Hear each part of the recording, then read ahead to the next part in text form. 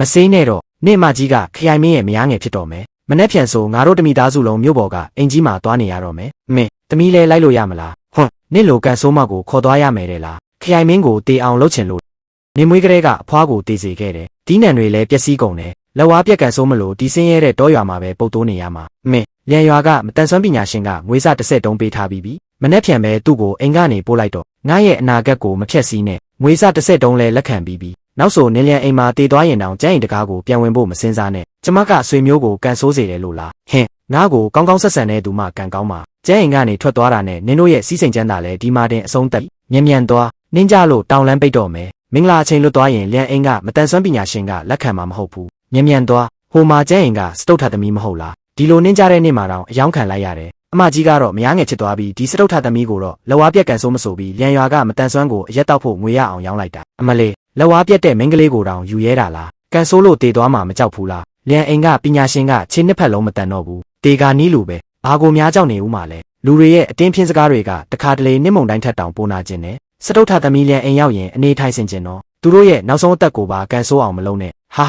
ဘာနေနေတာလဲငွေစတစ်ဆက်တုံးလဲယူထားပြီးပြီဘာပဲဖြစ်ဖြစ်ဒီနေ့နေလျံအိမ်တကားကိုဝင်ရမှာပဲဟာမိဘတွေကကျမကိုစွန့်ပစ်တယ်ရွာသူရွာသားတွေကကျမကိုအဆက်ခွဲတယ်ဒီတလောကလုံးကကျမကိုမလိုချင်ရင်လဲကျမအတွက်တရားမျှတမှုကိုကျမကိုယ်တိုင်ရှာမယ်ဘာရငင်းနေတာလဲမြန်စင်းအိမ်ရှိတောင်ရောက်နေပြီဘာလို့နေကွေးနေတာလဲအေးခဲ့ပြီးတည်သွားရင်တောင်အဲ့ဒီသွေးရတဲ့ကျန်းရင်ကိုပြန်သွားရတာထက်ပိုကောင်းတယ်ဘာရငင်းနေတာလဲမြန်လိုက်လာသူတို့သမီးတစ်အိမ်ရောက်လာပြီဝန်ယူရဲ့အမေရှင်းတို့ရဲ့သူတို့သမီးကိုအနေရကင်းကင်းနဲ့ခေါ်လာပေးခဲ့ပြီလက်ဝါးပြက်တဲ့မိန်းကလေးကယောက်ျားရောသားသမီးရောကိုကန်ဆိုးစေတယ်မွေးမိဘရင်းတောင်ကျမကိုစွန့်ပစ်ခဲ့တာတခြားလူတွေကဘလို့လို့ကောင်းကောင်းဆက်ဆံပါလဲခလေးအပြင်မှာအေးလုံးလို့ချမ်းသွားပြီမလားအမေနဲ့အတူအိမ်ထဲဝင်ပြီးနွေးနွေးထွေးနေလိုက်ကျေးဇူးတင်ပါတယ်ကျမဘာသာဝင်ပါမယ်သူ့ကိုရောင်းထုတ်လိုက်ပြီးရင်နောင်သူ့ယောက်ျားအိမ်မှာအရိုက်ခံပြီးတေသွားရင်တောင်ငါတို့မိသားစုနဲ့မသက်ဆိုင်တော့ဘူးဖဲဆန်းနေမကြီးရဲ့ချမ်းသာလန်းကိုမပိတ်နဲ့ကျမကိုအိမ်ကနေပို့ထုတ်ဖို့အတွက်အဖေနဲ့အမေကလီမဲတော်ကိုငွေစတစ်ဆက်တုံးပေးပြီးလက်ဝါးပြက်တဲ့အကြောင်းကိုဖုံးကွယ်ခိုင်းခဲ့တာဒီရောက်ခမကြီးတာကျမကလျံအိမ်ကိုလိန်ခဲ့တာတီးသွားရင်ကျမကိုဒီနေရာမှာပဲတက်ပစ်မလားခဲ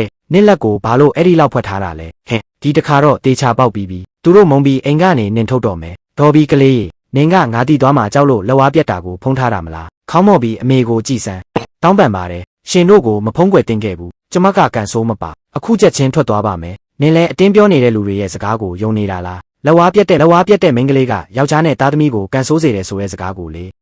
ရှင်လဲလက်ဝါးပြက်လားအဖေကြီးရေမြန်ထွက်လာတော့ငါတို့ရဲ့ချွေးမတစ်ကိုလာတွေ့ဦးလေတိုက်တဲ့နေရာမှာဒီလိုရက်နေလို့မကောင်းဘူးကလေးကိုအိမ်ထဲမြန်ခေါ်ဝင်လိုက်ဟေးအဖိုးကြီးရေကျမဒီလိုလက်ဝါးပြက်တာကရှင်ကိုကန်ဆိုးစေခဲ့လို့လားကလေးရေလက်ဝါးပြက်တဲ့အကြောင်းကိုငါတို့အစကတည်းကစုံစမ်းပြီးသားပါငါတို့ရန်မိသားစုကအဲ့ဒီလိုယုံနှန်းစကားတွေကိုမယုံဘူးအိမ်ထဲဝင်ရအောင်ကျမကိုမွေးပေးတဲ့မိဘတွေကမျက်ခြောက်တပင်လိုစွန့်ပစ်ခဲ့ရင်မဲ့ရန်မိသားစုကတော့ယင်းနှီးမြတ်နိုးစွာဆက်ဆံခဲ့တယ်လက်ဝါးပြက်တာကကံမကောင်းဘူးလို့ပြောကြပေမဲ့ရန်မိသားစုကအဖိုးဖွားနှစ်ယောက်ကတော့တသက်လုံးချစ်ခင်နေခဲ့ကြတာပဲ